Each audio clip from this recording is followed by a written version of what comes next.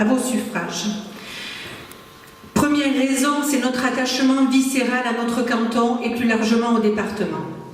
Deuxième raison, c'est rompre avec un système d'une autre époque, avec une gouvernance et un système politique moyenâgeux.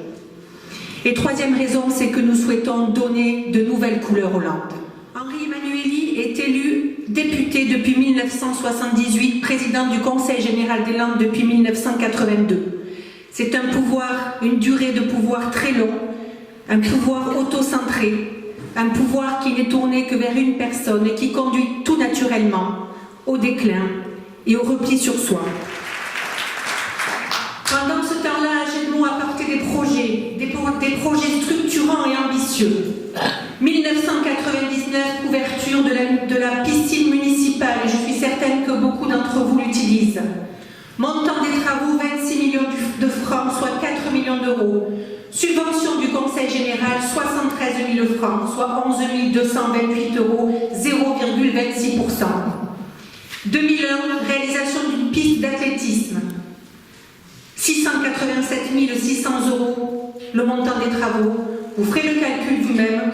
0% de subvention, 0 euros. Enfin, en 2008, réalisation de la salle du complexe sportif Alain Lansaman, avec une salle omnisport de 800 m², une salle destinée à la pratique des arts martiaux et une salle de gymnastique. Coût total des travaux, 3 93 000 euros. Subvention du Conseil général, 37 500 euros, soit 1,21% des travaux.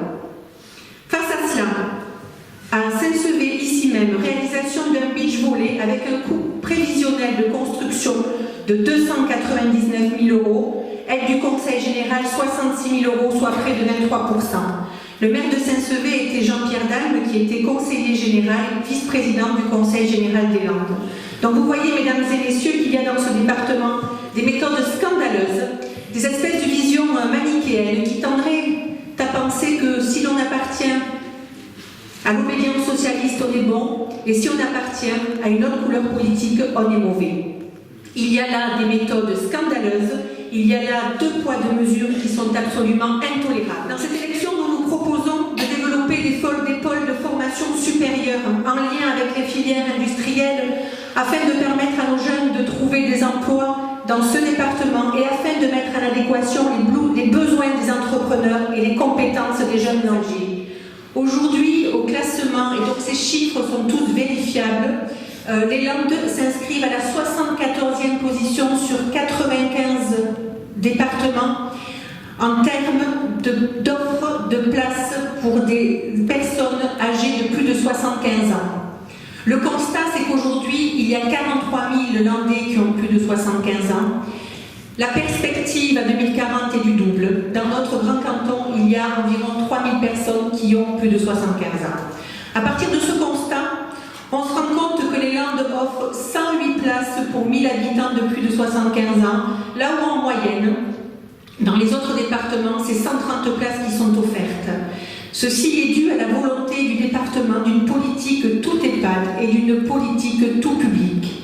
106 places sur les 108 sont des places en EHPAD, 2 places sont du logement intermédiaire. Or, aujourd'hui, il y a un véritable déficit en termes de places en logement intermédiaire.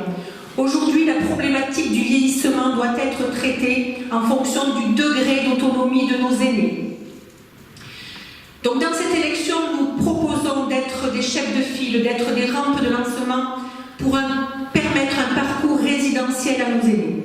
Nous proposerons ainsi de développer des résidences-services en milieu urbain, mais nous proposerons également de développer sur le principe de l'appel à projet des logements regroupés et adaptés, avec la réhabilitation de maisons de centre-bourg qui permettront aux aînés qui le souhaitent de rester dans le village dans lequel ils ont toujours vécu. Dans cette élection, nous proposons également de redonner des couleurs à notre département en intégrant de manière systématique des clauses d'insertion dans les marchés publics. Je m'explique. Porter haut la valeur travail est pour nous une grande ambition. Aujourd'hui, nous devons cesser d'assister de manière systématique, mais nous devons bel et bien aider les personnes qui sont éloignées de l'emploi ou sans qualification à retrouver des emplois. Ces clauses d'insertion dans les marchés publics feront que les entreprises qui répondront au marché public, qui devront avoir une certaine importance, devront s'engager sur un nombre d'heures qui sera réservé à des personnes éloignées de l'emploi ou sans qualification. Enfin, dans ce département, nous voulons également développer l'offre touristique. Alors que l'Aquitaine devrait intégrer demain la grande région avec le Limousin et le Poitou-Charentes, et afin d'être visible au sein de ces 12 départements, nous devons développer une marque Land. Nous devons rompre avec les frontières qui font que les cantons sont perçus différemment, qui font que le tout côtier existe et que l'intérieur des terres n'est pas considéré. Nous nous félicitons du tourisme côtier, mais il y a également des facteurs et des axes de développement importants dans notre département. Le tourisme de l'intérieur, avec les richesses dont nous disposons, permettra de mettre en œuvre des actions spécifiques autour de la gastronomie et également autour de l'art de vivre que nous connaissons bien. Nous aurons également l'ambition de développer un tourisme culturel autour des musées comme le musée d'Espio-Bléric, qui est une référence nationale en matière de sculpture figurative du XXe siècle et qui pourrait ainsi être une tête de pont. En conclusion, mesdames et messieurs, chers amis, je tiens à vous dire que cette élection, c'est la vôtre. Cette élection, elle vous concerne à tous. Elle concerne vos enfants, vos parents.